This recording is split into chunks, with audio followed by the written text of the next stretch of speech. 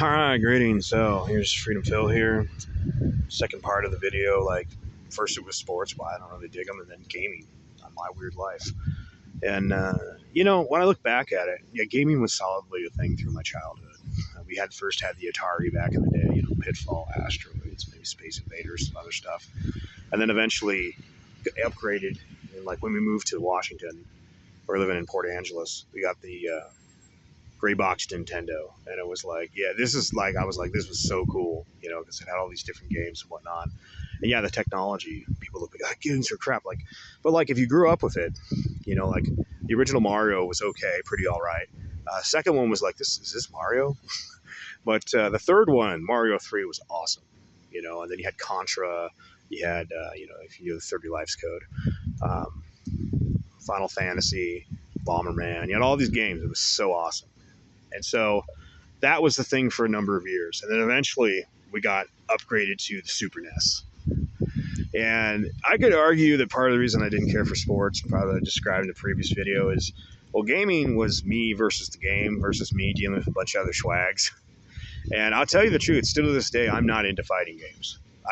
I'll play them, but I've never really been that good at it. It's a lot of practice, a lot of bullshit. I like some racing games. I love me some Mario Kart. But Mario Kart's just a fun game. Like on the DS, Mario 7, Mario Kart 7, which is pretty awesome. The music on that, like Rosalina's Ice World, awesome track.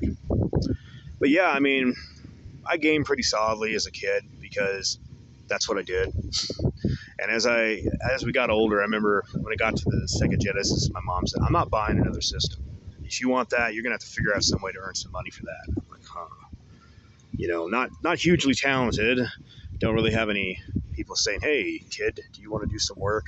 You look around and there's not much going on. Like, one of the truths about the place I grew up in, there's a lot of good people, but not enough good jobs for all the good people. So a lot of nepotism. And so it was a while before I figured it out. My mom wanted there was a program to get the house better insulated. And so the people there told her, well, if you want to have this insulated, you're going to have to dig out the underside of the house. And, basically we had block support under that house, but you dig out so the guys can crawl in there and do the insulation. Okay. And the people who gave her quotes gave her, like, I don't know, it was $1,000 or $1,500 or some insane amount of money to do the job. And she's like, "I can't afford that." I'm like, "Oh, really? Can't afford that, huh?" And I still stuck on getting Sonic 3. Sonic 3, Sonic and Knuckles. One way or another, I was going to get this stuff because it was the advertisements. I'm like, that looks so fucking cool. Like, I thought Sonic 2 was gay when you played Sonic 3. Sonic 1 was just Y. But I said, I can dig that out. And she's like, "Well, what do you want?" And I'm like, "Well, I want a Sega Genesis and Sonic 3 and Sonic and Knuckles." And she's like, "Okay, you dig that out and you'll get this gaming machine and this." And what I did was I took red vine buckets, and I took a claw hammer and just claw hammered this kind of clayish soil underneath the house and just kept digging, filled up buckets, and then pushed them towards the thing. And I don't know, what would have made that a lot easier? It was a snow sled with a rope on it and somebody else on the outside, because I actually helped a dude do that on another house down the road for a boss of mine. And just like it becomes a very easy, quick system. That's why in that sort of situation, you just bid it out and you have your little buckets. And people are like, "Why don't you just put the dirt in the sled?" Because then you got to pick up the sled and move the sled and all that crap. And the buckets are easier to move. It's easier to pick up those little buckets and put them into a wheelbarrow or something. So yeah, I mean, that's how I got my Sega Genesis. And there was a handful of games that were pretty good. I remember Beavis and Butthead, Altered Beast. There was a handful of games. Columns. I played the shit out of Columns. Yeah, it was good times. And as I got older, eventually, I don't know how I got it, but I got a PlayStation, the original, the one with the big opening, the black disc and all that stuff, multiple discs. Like, remember Legend of the Dragoon? The original Final Fantasy. How was that a 3 or 4 disc game? These games in the black disc, that was something that happened briefly for a time, and then when they went to the next system, they used regular disc, and they could compress it all into one disc. You know, it was a cool era of gaming, and this was kind of, you know, right before I became an adult. There was that brief time I lived over at Aaron's house down in the basement, and then I lived in the Welcome In trailer park for a time. But it was before I moved out to the woods. And I had a PS2 or a PS3. I don't remember which it was when I moved out to the woods. I think it was a PS2. And basically, I moved out to the woods, and well, you needed power. You couldn't just plug in a gaming system to the tree. I mean, I even had my TV, my old Sanyo, plastic outside tube TV, and I had it there. And eventually, I bought a generator. And my thoughts were on the whole generator. I'm like, unless the game's really good, I'm not gonna, spend $2.50 a gallon or $1.50 or $2 a gallon for, the game all day. And in retrospect, that's not a bad deal, And what do you mean by not a bad deal? Well, if you go out and dick around with your friends, piss away how much money on gas, beer, all this other crap, you pretty much pissed away how much time and money in that. So, and this is part of the reason, like with sports and all that, sometimes I just look at like, what am I getting for what I'm doing? Like if the fishing's really good, then it's fun. But if it's not really good, then it's okay. And so, you got to kind of justify why you spent like $30 to $100 for fuel and then gear, worms, and all that crap. You best get enough food to justify. I'm like I said before in the last video, I'm Ferengi like that. Work equals profit. If not profit, it better be pleasure. And if not that, that's just stupid. When I can go to the Dollar Tree and the same amount of money and buy all the fish I'll need for the entire year, just get you thinking. 2 or 3 hours sitting on my duff driving a truck and get all the fish I need for the year. Sorry, I'm just not that much of a sportsman. In the same way that, like, with gas and whatnot, I'm like, I thought it was kind of gay at the time. And this kind of attitude changed. Like, the years I lived in the woods, that was kind of the outlook on it. And let's be real.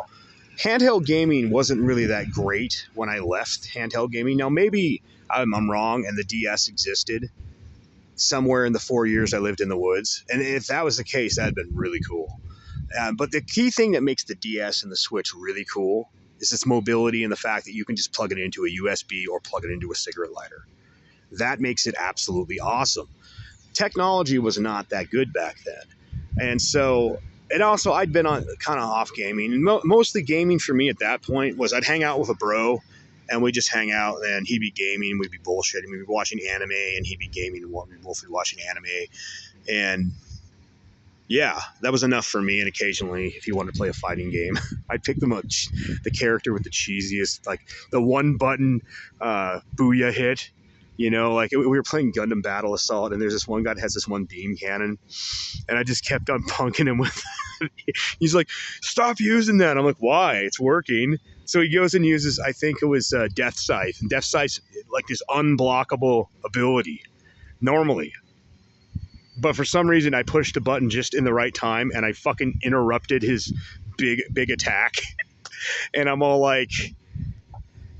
holy shit, I didn't even know that was possible. But he's like, I'm done with this game. I'm like, okay. But it was funny. And I look back at it, and things kind of changed when I did the whole living when I was moving garbage to First Stage of Progress. Basically because I looked at it and I'm like, well, fuck it. Going over to visit my friends in the other town or doing a campfire, spending how much on this, probably get a pizza, get a case of beer. I could just get a case of beer here and some gas. And also it's during the winter, so I got a nice wood stove in my van. It's GMC Value Van, so it's, like a Snap-on Tools truck. Got a wood stove in there. We got heat. Let's play some classics, or let's play something I found. Like I remember I found Sonic Unleashed. And I was playing that, and I was having a blast playing it. Had the most over-the-top music on the in-between areas. Dun, dun, dun, dun, dun. Dun, dun, dun, dun, dun, dun. And I'm like looking at this going, you could use this as background music for, like, news. But yeah, I mean, some of those games like Simpsons Road Rage, all this crap, if it was winter and I didn't feel like going anywhere, I just go park at the sand ship for the whole weekend because nobody bothered me there. And I'd get like a couple cords, park chain the generator to a tree. I mean, I didn't really think anybody was going to steal it, but all the same, hey, would you rather have a chain around it and be not stolen, or you were wrong and someone steals your shit? But it's pretty unlikely we would do that. But yeah, 2 cords away, could barely hear the generator. And yeah, it was worth it. So after the first stage of progress, I helped take care of this ranch for one of my friends, and I gamed a bit there. It was okay. I was, had the friends around, so motorcycling and other stuff and other stupid crap, fishing a bit more. It's really when I got back into gaming was when I got into trucking. And not initially. It was a few years before I did it. I don't know what it was. I remember I just looked up some stuff on the internet because I kind of replaced gaming for a time there with just internet videos and other stuff. And I was watching some people talk about the DS version of this or that. I'm like, what is this DS they speak of? And so I looked it up and I'm like, handheld. And then I looked up, well, can I recharge this on a cigarette lighter or a USB? And I'm like, you can. And I'm like, do I really want to get back in gaming? Like, I think I do. So I bought that. And I don't remember what the first game was, but it was probably, I saw the Pokemon game, Pokemon Sun and Moon, like the Alola series. And I was like, yeah, I think I want to play this. So I bought, the ultimate version of each one. I mean, first I just bought, I think it was Sun or Moon. I think I might have bought Moon.